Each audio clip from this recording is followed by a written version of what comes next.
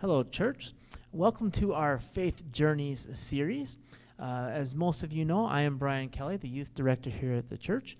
And today we are interviewing Celina Bowman. Now, most of you know Pastor Dan. This is Pastor Dan's wife. Celina, welcome to our church and welcome to Faith Journeys. Thank you, Brian. Now, Appreciate it. Is this close enough? There you go. So we go. now one of the things that has been true for you is that because of our COVID situation, you have not had the opportunity to connect with a lot of people like you otherwise might have, and which is unfortunate, but hopefully that'll change soon. So we thought that it'd be really cool to have you be at least able to share a little bit about yourself for our church today. So thank you for coming. Now, we know you have 4 children. Why don't you tell us about your family and all that? 4 children. Our oldest, I should say, is Alyssa. She is married with 2 lovely, wonderful grandchildren. Actually, they're her children. They'll probably be my grandchildren. But Sawyer, who's 3, and Bryn is 6 months. Okay. And I get to watch them either 2 or 3 days a week, depending on the week. So that's been a really nice blessing. And then next in succession would be the triplets, and it would be Abby is the oldest of the triplets, Okay. Andy, and then Jacob. And Abby is also married. She is married and lives, where does she live? She lives in Lake Orion. Okay. And she's a vet tech, kind of works at a vet's office. All right. Loves it. And Jacob, he lives in Southfield. All right. He works doing something with solar panels. Dang it, the company he works for is slipping my brain, and That's this would have okay. been a good spot to put a plug in for his business. But he really likes it and that sort of thing. And then Andy, he is finishing up his MBA at Oakland University. Okay. And he's also an assistant coach for Rochester University and is a grad assistant at Oakland University for their track and field and cross country program. He's got a lot of irons in the fire and stuff. So, but Okay. all 4 of my kids, they all grew up pretty much in Marlette, where that was one of our previous appointments. We lived there for Right. 16 years. And then they all attended Oakland University. Alyssa is a teacher, by the Okay. way. I don't think I mentioned No. that. And her husband, Levi. So anyway, that's my kids in a very brief nutshell. Sure. Because I could talk a lot about them. Okay. Well, We're that's, very proud of them. They're very good kids. That's a great thing. They've turned out great. well, that's usually because they have good parents. So I'm quite Well. certain that has been a strong influence. So we're glad about that. Yeah. So you mentioned that Andy is a track coach, right? And we know that from our conversations in the past, I happen to know that running is kind of important to you also. And why don't you tell us about, this is one of your big hobbies, tell us about your adventures in running. Wow.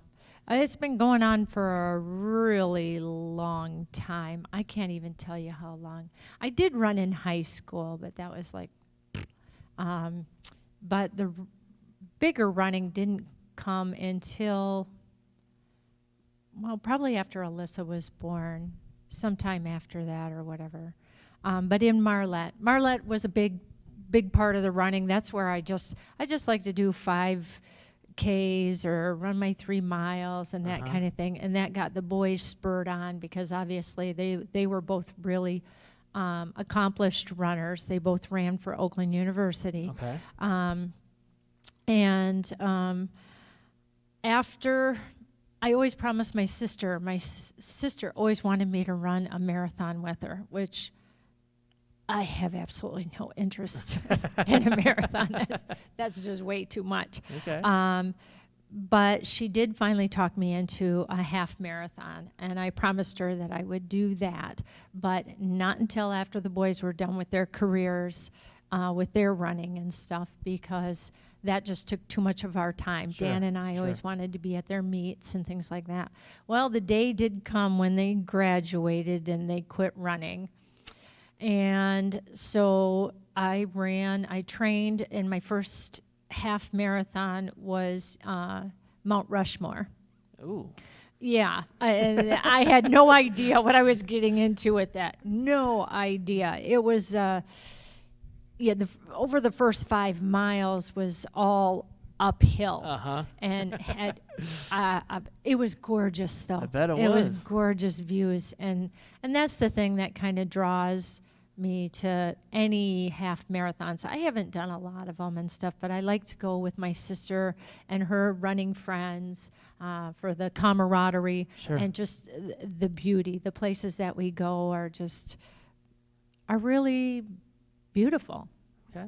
I love the nature. I love the outdoors. So Yeah. yeah. Well, one of the things in my running, I really enjoy the being outside, sometimes time alone, just being out in creation. I get up really early, so a lot of times I'm seeing the sunrise as I'm running. And I think that a lot of times that kind of teaches us a little bit about God. And so I'm wondering, in based on your running and also in your family life and growing up and everything, how has that affected your personal faith journey with God? Okay, well, this gets kind of tricky. It's a hard question. I admit that.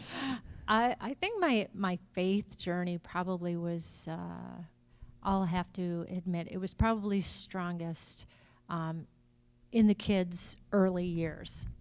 When I was much more involved with the Marlette Church and doing a lot of things for the community and that sort of thing. And then a few things happened in that church. A few people, very young people, had tragically passed away, and that kind of rocked my whole faith. And Mm-hmm. I just went into kind of a spiral for many years, and I have really struggled. But since I've been working at coming back and getting reconnected and going back with the running, I think the running probably always did keep me connected in a lot of ways, because like I said, I am a nature person. I love to be in the outdoors, and some of those sunsets, running over the Mackinac Bridge early in the morning, and the sun was Yeah. coming up over there. It was just gorgeous. That would be. And then of course, Mount Rushmore, you're up early in the Yeah. morning, you start in the dark and stuff, but by the end and stuff, it's just so beautiful. I love the woods, that sort of thing. And so God was always present in those things. And I think now I can reflect and go back to know that he was still always there. I still have a long way to go. I still get upset sometimes over some things, and I know I don't feel like I am where I am supposed to be faith-wise, but I do know that God has never left me, and that I see coming here as kind of a new start, a new chance to be involved in some things. I think maybe our previous service where we were in Gaylord and stuff might have just been a respite for me. Maybe it's just what I needed. I don't know. I have to reflect on it more, I suppose, and stuff. But, it was sort of my break, and I pulled back from a lot of things. I still have some very close friends and things like that, and it was a good experience. And, I absolutely loved it up there. because it was nature. I bet. So maybe that's exactly where I was supposed to be. Okay. You know, Yeah. but yeah. So I think that's kind of where I'm at. So I mean, Uh-huh. once this COVID thing is over, where we don't have to wear these masks and everything like Right. that, and the church is back opened up, I'm looking forward to different opportunities in which to serve and be more connected and that kind of thing. So I Uh-huh. don't know. Did I answer your question? You or answered did the I question Go, wonderfully. woo, That's around in circle. fantastic. And it is my hope Thanks. that as the things kind of start to open up, which I think it's getting closer and closer, but not tomorrow. That's no. But hopefully I've got before too plans long. tomorrow. Oh, Anyway, okay. so that's good. But hopefully you'll find that you'll be into a place in this church that's going to be, and the church is going to be ready to fully embrace you and welcome you in. We are before the COVID started, we were really beginning to build up some small groups and really do wonderfully. And then everything crashed and burned because of the of the COVID.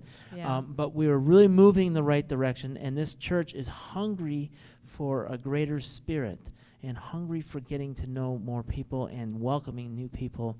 And I believe that once we can get to that point, that I think that God's got you in the right place, and He's going to be pulling you through and helping you to get in all sorts of wonderful ways, get connected.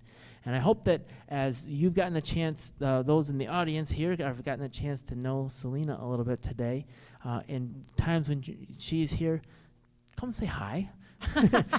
Get to know. If you recognize Get me. to know her a little Yes, bit. She's yeah. great, and we're excited that you are here, Celina. We really are. Yes, And we're thank you. thankful that both you and Dan together are here.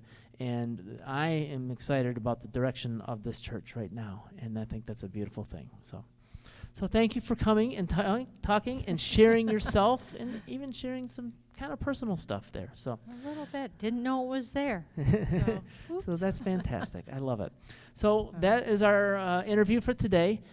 Stay tuned next week when we will be doing another installment of Faith Journeys. Have a fantastic evening and good night.